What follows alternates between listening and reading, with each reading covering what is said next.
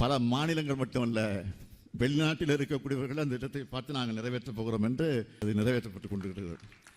ஆக இப்படி பல்வேறு திட்டங்களை நாம் நிறைவேற்றி கொண்டிருக்கிறோம். எதற்காக இதெல்லாம் உங்களுக்கு சொல்கிறேன்னா, இதெல்லாம் நீங்கள் மக்களிடத்தில் இந்த தேர்தல் 1.5 வருஷம் தான் இருக்குது.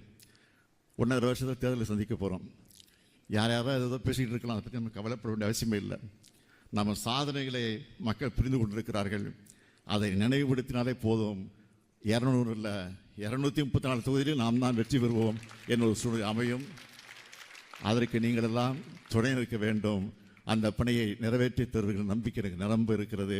உங்களை எல்லாம் பார்க்கிற போது உள்ளபடியே நான் மகிழ்ச்சி அடைகிறேன். அது அண்ணா அறிவாலயத்திற்கே வந்திருக்கிறீங்க, கலைஞர் அரங்கத்திலே வந்து குழுமி இருக்கிறீங்க. இந்த கலைஞர் அரங்கத்தில் திரண்டிருக்கக்கூடிய உங்களுக்கு என்னுடைய வாழ்த்துக்களையும் பாராட்டுக்களையும் தெரிவித்து வருக வருக வருக வருக என்று தெரிவித்து விடைபெறுகிறேன். நன்றி, வணக்கம்.